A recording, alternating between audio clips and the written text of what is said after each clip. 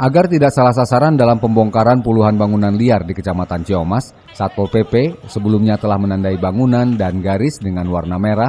Warna merah tersebut sebagai batas tanah prasarana sarana utilitas umum. Sempat terjadi debat yang diduga pengurus RW setempat dengan petugas Satpol PP di tengah pembongkaran bangunan liar.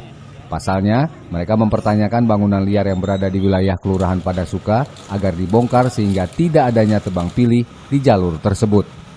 Bangunan permanen ini merugikan warga dan pengguna jalan yang melintas jalan milik Kabupaten Bogor.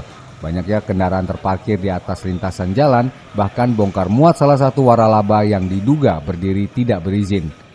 Sementara itu, para pedagang juga terlihat masih membongkar sendiri dan menyelamatkan barang-barang untuk diamankan. Pembongkaran dan sisa puing akan berlanjut hingga hari ini. Dari Ciomas, Kabupaten Bogor, Iman Abdurrahman melaporkan untuk Dinamika News.